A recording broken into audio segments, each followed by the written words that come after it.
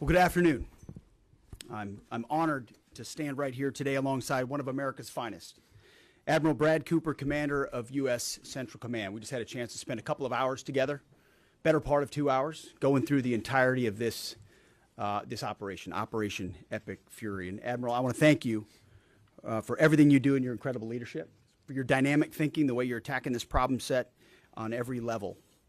In just days of Operation Epic Fury, you and your team have delivered nothing short of devastating, precise strikes, taking out the better part of Iran's Navy, making it combat ineffective, neutralizing missile sites and launchers, and establishing total dominance over the skies we fly over and seas we fly over.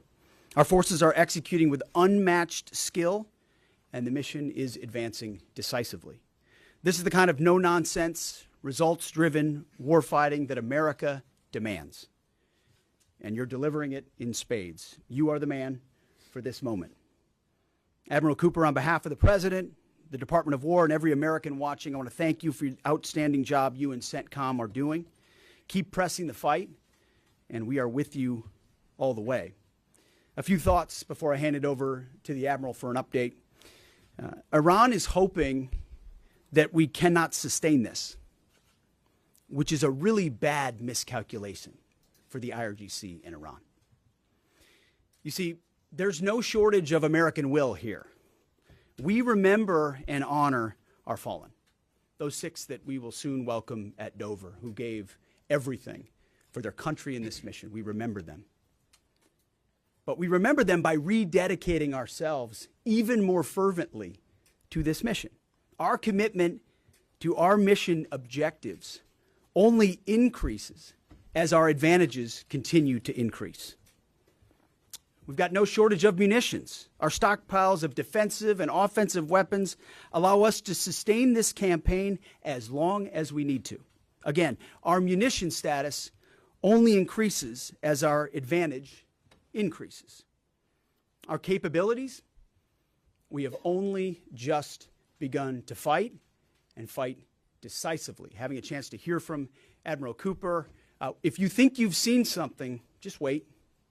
The amount of combat power that's still flowing, that's still coming, that we'll be able to project over Iran is a multiples of what it currently is right now when you add up our capabilities and those of the Israeli Defense Forces. And we have no shortage of authorities. The Admiral knows we have clear objectives with maximum authorities on the battlefield. The dumb, politically correct wars of the past were the opposite of what we're doing here.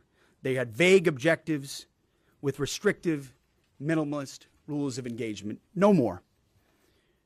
Our authorities, his authorities, CENTCOM's authorities through the President and myself are maxed out. Our capabilities are overwhelming and gathering still, as are those of our Israeli partners. Our munitions are full up, and our will is ironclad, which means our timeline is ours and ours alone to control. As long as it takes to ensure the United States of America achieves these objectives. And as we flow more forces, and as we flow more capabilities, and as our munitions, as we're flying over the top, have even more devastating effects, we set the tempo, we set the timeline, led by the commander on the ground. Our ear is to the ground to listen to Admiral Cooper. What he needs and what he needs, he will get. We are built for this fight, and we are in it to win it. And we have the right commander in the lead. So I'll now hand it over to Admiral Brad Cooper to give you an update right here from CENTCOM. Admiral. Mr. Secretary, first, thank you very much and good afternoon, and welcome to U.S. Central Command Headquarters, America's Warfighting Headquarters. It's great to be here alongside the Secretary and representing the more than 50,000 men and women in uniform currently executing Operation Epic Fury. So, Mr. Secretary, first, thank you very much for your leadership and support and the very clear vision and objectives that you've given us to allow us to use overwhelming force against the Iranian terrorist regime. And thanks to all of you for attending today, and welcome to Tampa. We are now starting our 6th day of a historic mission to eliminate Iran's ability to threaten Americans. We are, if I could channel my inner Navy officer, we are at full speed ahead in executing orders given by leadership in Washington. The President and Secretary Hegseth have been crystal clear in their expectations, and we are at a high level of execution. As described by the Secretary and earlier this week by me, U.S. combat power is building as Iranian combat power declines. Our air dominance allows us to hit Iran's center of gravity with overwhelming power and reach. A couple of examples. In just the last 72 hours, America's bomber force has struck nearly 200 targets deep inside of Iran, including around Tehran. And in just the last hour, U.S. B-2 bombers dropped dozens of 2,000-pound penetrator bombs targeting deeply buried ballistic missile launchers. Notably, we've also struck Iran's equivalent of Space Command, which degrades their ability to threaten Americans.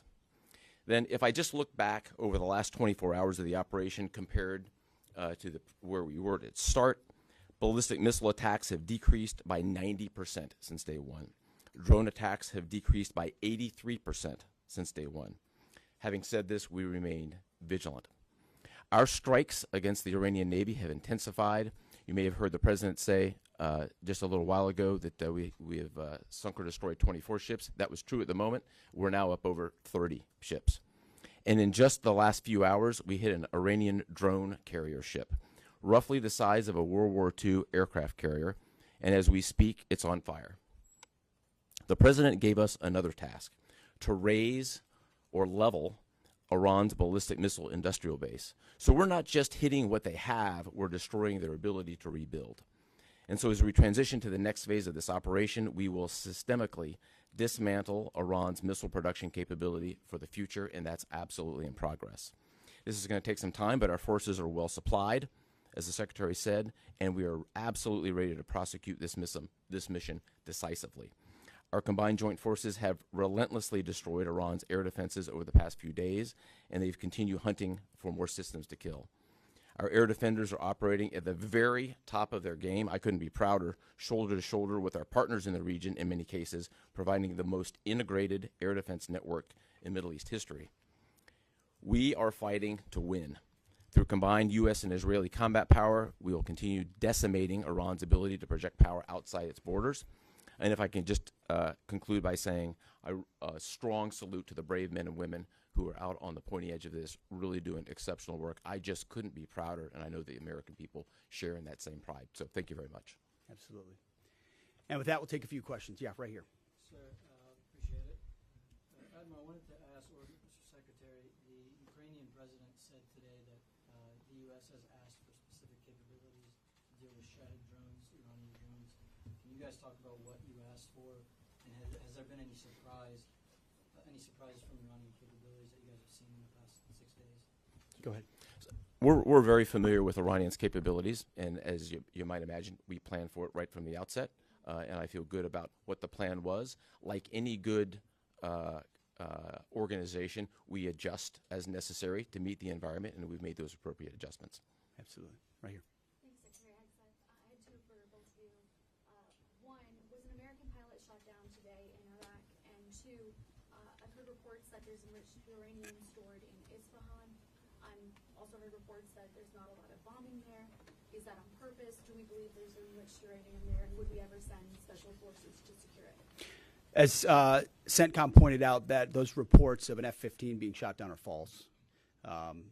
As you can imagine, Iran is doing everything it can to peddle in lies, deception, and inflation of numbers in reality, mostly to propagandize to their own people. Right? They've shut down the internet. They're hoping they can convince their own population that they're having success. One thing one of their leaders said recently is that 500 Americans have been killed, they claim. These are lies. The lies will continue. CENTCOM will continue to debunk those lies. So, and as often is the case in conflict, first reports are often wrong. As it pertains to nuclear material and things like that, one of the objectives the President has always said is that Iran will not have a nuclear bomb, nuclear capabilities, but we would never disclose what we will or will not do inside operational plans. So Admiral Cooper's got a plan. We're working that plan, and targets will be struck or not struck according to what we want to achieve. Yeah, right there. Secretary Hegseth, the President said earlier today in an interview that he would like to have a say in who's the next leader of Iran. Is this an expansion of your military objective? Do you view it that way? And additionally, you spoke earlier today about how previous leaders have drawn resources from our hemisphere to the Middle East. Mm-hmm. How do you avoid that? Well, there's no expansion. Ultimately, I think the president's having a heck of a say in who runs Iran, given the ongoing operation we have. So there's no expansion in our objectives. We know exactly what we're trying to achieve. I think today's a great example of what this War Department is capable of doing. I was just in another part of Florida today where we announced, America's counter cartel conference. 18 countries coming together from Central, South America, and the Caribbean, coming together to fight cartels. That is something that is ongoing. We're focused there. We're focused in the Indo-Pacific. We can mass combat power in CENTCOM. EUCOM is able to support that as well. So we know we're laser focused on our hemisphere and our homeland. That's why we locked down the border. That's why we're working with partners to take on cartels. That's why we're sinking drug boats. That's why we're on the offense there. But the beautiful things about combatant commands is that, Brad Cooper's laser focused on Central Command, just like Frank Donovan is laser focused on Southern Command. We can do both. That's what a global power can do. Ultimately, this issue of Iran's nuclear pursuit and their unwillingness through negotiations to stop it was something President Trump has said for a long time needs to be dealt with. And after 47 years, he's doing something that no other president was willing to do. And we're doing it overwhelmingly, and we're doing it decisively, while also in other parts of the globe having the desired effects. I mean, take, for example, what we displayed yesterday, the Iranian ship in the Indian Ocean, sunk by Indo-PACOM, another combatant command, who coordinated with us in order to make that happen. So America's reach is global. Our focus here, though, these missions are narrow, they're scoped, and Admiral Cooper is well on his way to ensuring that we reach those objectives. Right here, yes, sir. What condolences the troops killed. The Ukrainians are talking about providing low-cost interceptors, given their experience. Is that something that the Pentagon is looking for? And Admiral Cooper, can you walk us through a little bit about how effective the Lucas drones have been, what kind of targets they've hit, and how much that's helped, given that they're low-cost alternative to a more expensive helium? Go ahead. Sure. I'm not familiar with the particular offer, but interceptors in general. We've had a number of new capabilities being fielded. Obviously, I'm not going to talk about it from an operational perspective of what those are. But I think you have seen over a period of time us kind of get on the other side of this cost curve on drones in general. If I just walk back a couple of years, you remember what you used to always hear, we're shooting down a $50,000 drone with a $2 million missile. These days, we're spending a lot of time shooting down $100,000 drones with $10,000 weapons from ours. So that's one aspect of it. Lucas, indispensable, as many of you know, and if you don't know, this was an original Iranian drone design. We captured it, pulled the guts out, sent it back to America, put a little Made America on it, brought it back here, and we're shooting them at the Iranians. Good targets. Good targets. Absolutely. Right there, yes, ma'am. Thank you so much, Secretary. President Trump, in his first speech after the launch of the Operation Epic Fury, he addressed the Iranian people, and he said that there is going to be a time for you to come out, but it's not now. Stay home. It's not safe. I want to know if there is a timeline for that you're going to urge Iranian people to come out, how that is going to play out, and how are you going to protect the protesters? You know that they're going to be shot probably, as we witnessed in January. That's what happened. How are you going to protect and support the protesters? And Admiral, I have one question for you. How are you going to minimize the civilian harms? We have a lot of evidence that the Basij units, IRGC commanders, they are now gathering in schools, in hospitals, in purely residential areas because their headquarters are bombarded, they are ruined, of course. So how are you going to protect the civilians while you're attacking the IRGC people hard? Thank you. I would just say on the protests, obviously the Iranian people showed a lot of courage in those protests, and we saw the Iranian regime was revealed for what it is in the way they reacted to that. The world saw that. No one's done more than President Trump to reopen the opportunity for those who want a free Iran to do so. Ultimately, it's common sense, as he said up front.